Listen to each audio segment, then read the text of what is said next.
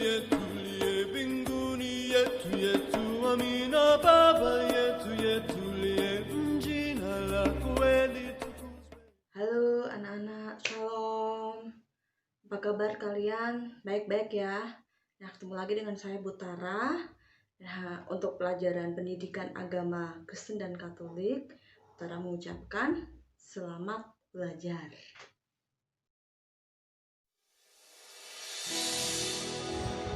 Anak-anakku kelas 3 agama Kristen, hari ini Butara akan mengajak kalian belajar masih mengenai Allah menciptakan keragaman flora. Adapun tujuan dari pembelajaran ini adalah yang pertama, mensyukuri kehadiran Allah melalui keragaman flora dan fauna.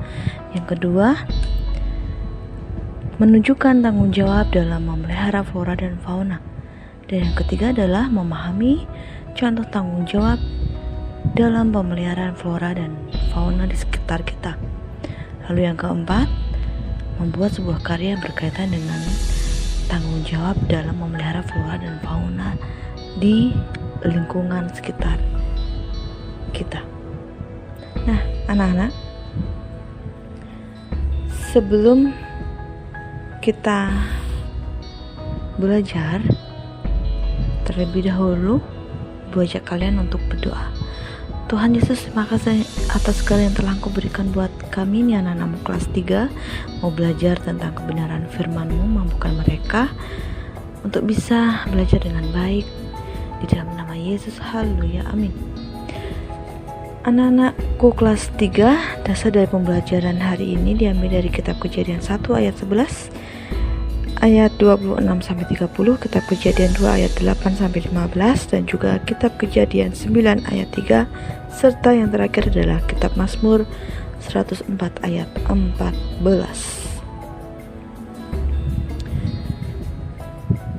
Setelah manusia jatuh ke dalam dosa, di dalam kitab Kejadian 9 ayat 3,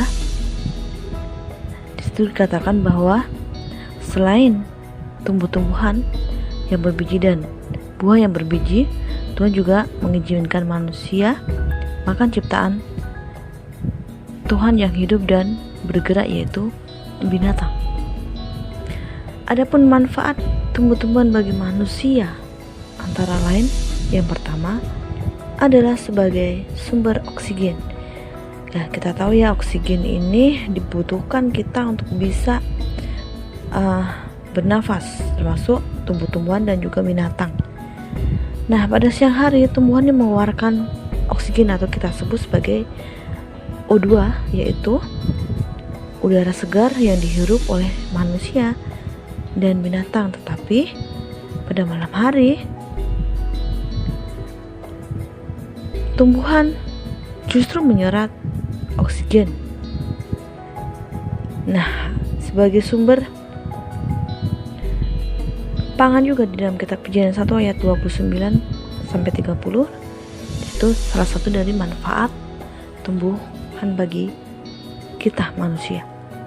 Manusia dapat menanam dan merawat tumbuhan, tetapi yang memberi pertumbuhan adalah hanya Tuhan.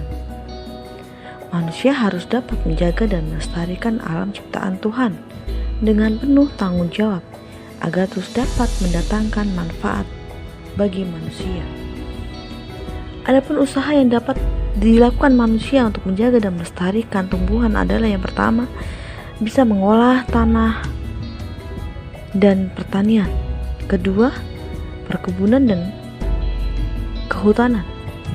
Yang ketiga adalah penanggulangan penyakit tanaman. Manusia yang pekerjaannya mengolah tanah untuk menanami tumbuhan yang menghasilkan bahan pangan disebut petani. Hutan disebut sebagai paru-paru dunia. Mengapa? Karena di hutan banyak sekali tumbuh-tumbuhan dan merupakan sumber oksigen yang baik untuk manusia. Pemerintah pun juga mengupayakan yaitu yang pertama dengan penanaman pohon secara massal. Yang kedua, pemerintah Indonesia juga mengupayakan memberikan bibit-bibit tanaman. Dan yang terakhir adalah memberikan cagar alam, yaitu tempat untuk melindungi berbagai jenis tumbuhan agar tidak punah. Nah, itu tadi anak-anak pembelajaran hari ini. Mari kita menjaga alam lingkungan sekitar kita yang Tuhan sudah beri dan begitu banyak manfaatnya untuk manusia. Mari kita tutup dengan doa. Tuhan, terima kasih atas segala yang telah Kau berikan buat kami. Anak-anak kelas 3 sudah belajar mengenai bagaimana tugas dan tanggung jawab sebagai manusia dalam menjaga dan melestarikan alam lingkungan. Mampukan anak-anak Tuhan untuk bisa melakukan apa yang menjadi tugas yang Kau berikan. Di dalam nama Yesus, haleluya, amin. Itu tadi ya anak-anak pelajaran pendidikan agama Kristen dan Katolik. Terima kasih sudah belajar bersama Putara. Jangan lupa cuci tangan, jaga jarak, dan pakai masker. Oke, Tuhan Yesus memberkati. Shalom.